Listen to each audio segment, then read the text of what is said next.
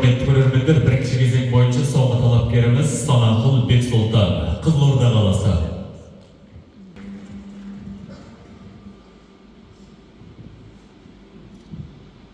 Алаштың ұлы ер сәкен, арман болмайды жас ұрпақ саған болса тең.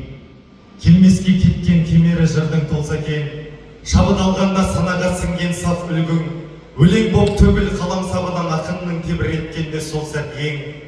Жаралған жаны намыстан, ақ таңымызға алаң боп көппен алысқан, қыранда ерді көргенде құзғын әрішқан, халықта сүйген қарадай басын хан көріп алып тұлғамыз, Алатауына жан беріп арқада туған арыстан.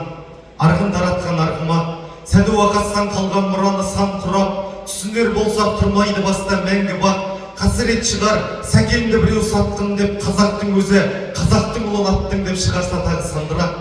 Болмысында бар бек қылық, Ақмола шәрін ағарту үшін шеп құрып, ойысты кейін омбыға қарай бет бұрып, бірлік қоғамы түсірген талай тартысқа, Жұмабаевқа жолдас қылғанды сол тұста тамырындағы тектілік.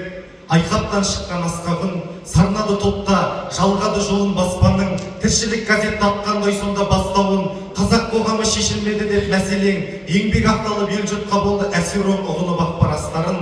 Заманда қайсы зорбаған, тарихын ұлттың қасқайып тұрып қорғаған, мырзамыз барда мұрағаттарда болдаман, Түркістан үшін сын сөгістерге төзгенде, оғыз даладан оғлан рухыңды сезгендей құл Қожа Ахмет өр бабам.